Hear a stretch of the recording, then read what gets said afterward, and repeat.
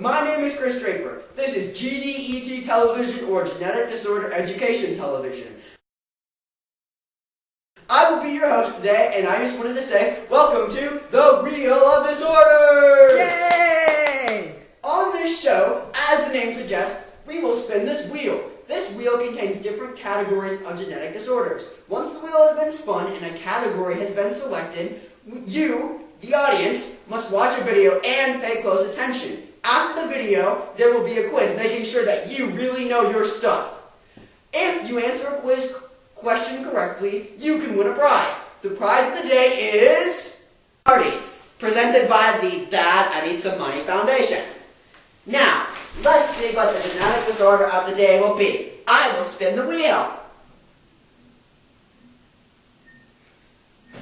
And the genetic disorder is X-linked severe combined immunodeficiency disorder, also known as X-linked SCID. Wow, what are the chances of that? Now, let's view the video clip.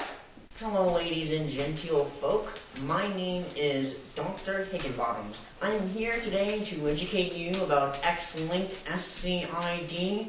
First off, I'll start by explaining to you the X-linked inheritance of this genetic disorder. Okay, cut. My next diagram. In the name X-linked SCID, there is the word X-linked. This means that the disease is connected to the X chromosome. In this key, the red X represents an X chromosome that carries X-linked SCID. The black chromosome represents an X chromosome without X-linked SCID. The black Y represents a Y chromosome that does not carry X-linked SCID. There is not a red Y because a Y chromosome cannot carry X-linked SCID. And I would hope that you know the difference between a male and a female, although I'm not so sure about some of you. That's right, Mason. I'm talking to you right now.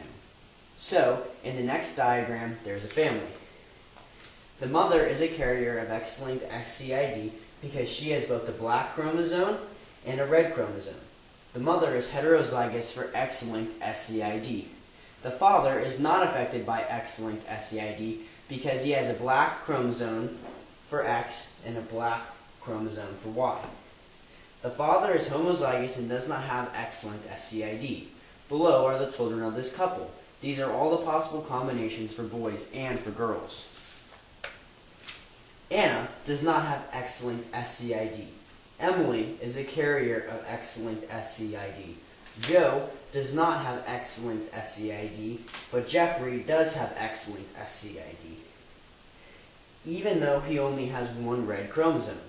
This is because X-linked SCID is only decided by what the X chromosome carries.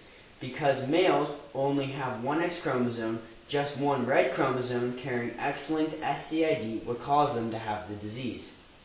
Because females have two X chromosomes, both X chromosomes have to carry X-linked SCID for the female to be affected. If a female only has one chromosome carrying X-linked SCID, then she will be a carrier of the disease. This is why females are less likely to get the disease and males are more likely to get the disease.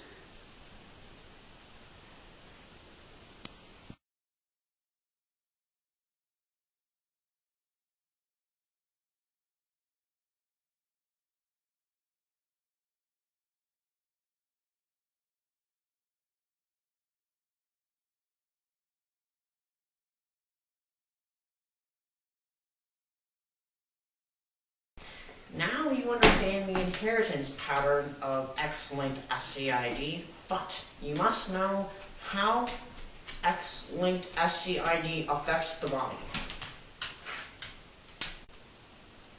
The answers to these questions are simple. First off, X-linked SCID affects a gene named IL2RG. This gene contains instructions about how to create a protein group called the common gamma chain. The common gamma chain is found on the membrane of stem cells in the bone marrow that are soon to become T cells, B cells, and NK or natural killer cells. These two types of cells have a huge role in the immune system.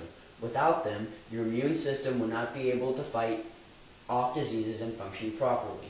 The common gamma chain found on the membrane of these immune system cells controls how the cells mature. In the genetic disorder X-linked SCID, the gene IL2RG has a point mutation where one base pair in the sequence of DNA is wrong. With the point mutation on the gene IL2RG stays in the nucleus. This is where the point mutation is. The base pair A was changed to base pair G. When IL2RG is needed for transcription, the segment of the DNA containing the gene IL2RG unzips, splitting the DNA into two strands. Then, RNA polymerase uses one strand of the split DNA as a template to create a strand of mRNA. It does this by binding the different base pairs together to create an mRNA mirror image of the strand of DNA.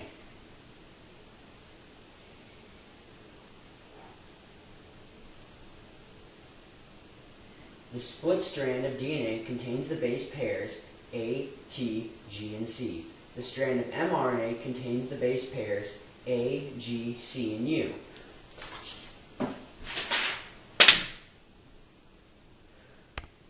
Once the strand of mRNA is transcribed from the strand of DNA, it separates from the strand of DNA and leaves the nucleus. Outside the nucleus, the strand of mRNA for the IL2RG gene carries the information from the DNA to a ribosome. At the ribosome, the strand of mRNA is sandwiched in between the small and large subunits of the ribosome. Then, the mRNA is translated. When mRNA is translated, it is read in groups of 3 base pairs called codons. Each codon codes for a specific amino acid. When the IL2RG gene has a point mutation in it, one of the codons in the mRNA strand could code for a different amino acid. The job of tRNA is to bring the amino acid that the codon codes for to the ribosome. tRNA is able to do this because it has an anticodon at the bottom of it. An anticodon is the opposite of the base pairs on a strand of mRNA. The anticodon binds to the strand of mRNA, thus attaching the tRNA to the strand of mRNA.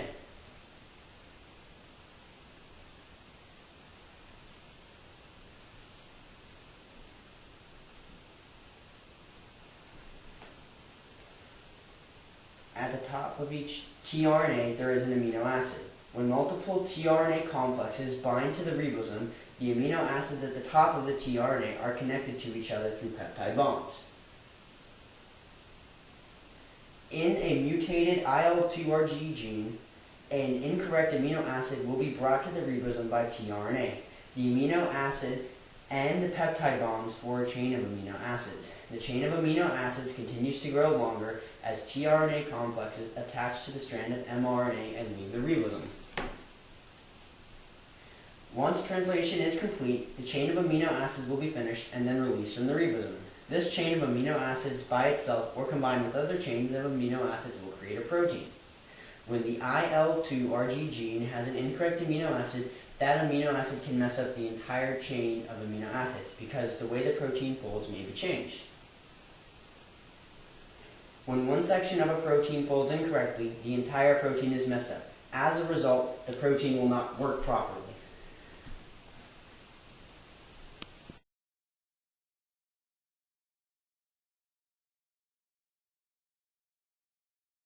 In this case, with the common gamma chain, when an amino acid in it is changed, the entire chain folds incorrectly and does not function properly.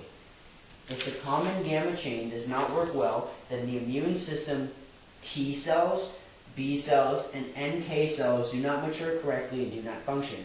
When these immune system cells do not function, the body has no protection against organisms like bacteria and fungi. As a result, people with X-linked SCID are very susceptible to disease. You may be concerned that you or a loved one has X-linked SCID.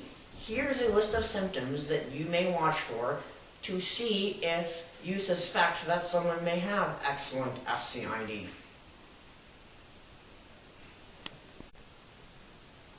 Short growth or small stature.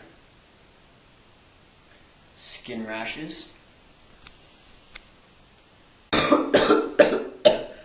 constant cough or congestion, persistent infection despite conventional treatment, I'm still sick. constant fever, it says 103.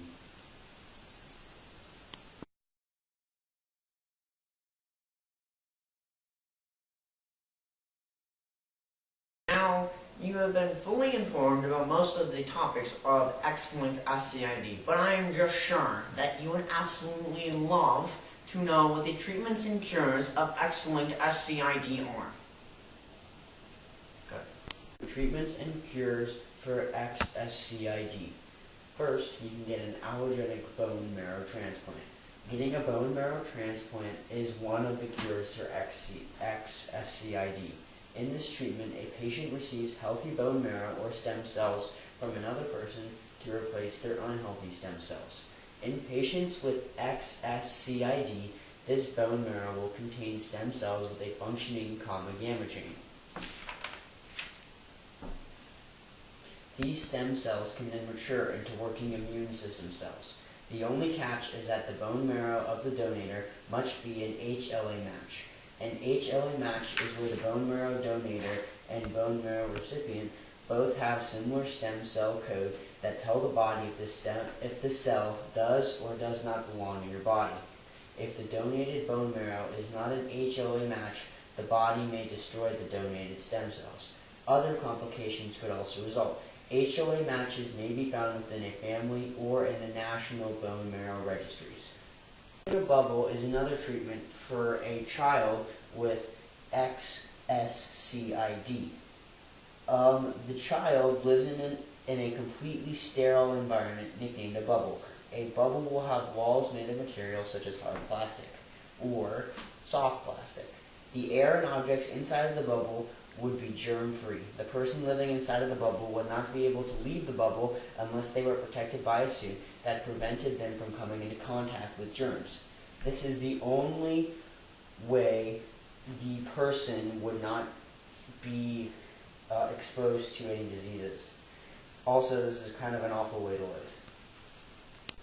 Gene therapy is known to be a treatment for XSCID. In gene therapy, the stem cells in the bone marrow are removed temporarily. The DNA in the stem cells is then corrected. In the case of XSCID, the point mutation on the IL-2RG gene would be fixed. Once the DNA of the stem cells is corrected, the stem cells are placed back into the bones. Then, the stem cells are supposed to mature correctly and form into functional immune system cells. There is some controversy in gene therapy. In one case, a child that received gene therapy had to continue to return for injections of more corrected stem cells so that the symptoms and effects of SCID would not return. Also, in gene therapy, the gene surrounding the fixed gene may be messed up when the broken gene is repaired. There was one case in which a child receiving gene therapy ended up developing a disease similar to leukemia because a gene in his DNA was messed up while the IL-2RG gene was being fixed.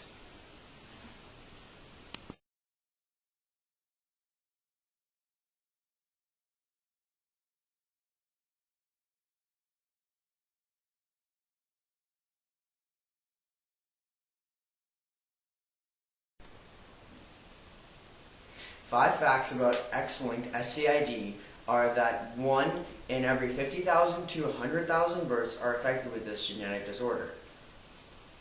If you want to be cured of X-linked SCID, it is best for the newborn to get a bone marrow transplant at a young age. A boy named David Vetter was placed in a plastic bubble for 12 years. Because of this, X-linked SCID was nicknamed Bubble Boy disease. Finally, in 1990 to 1992, 2 girls were treated for SCID through gene therapy.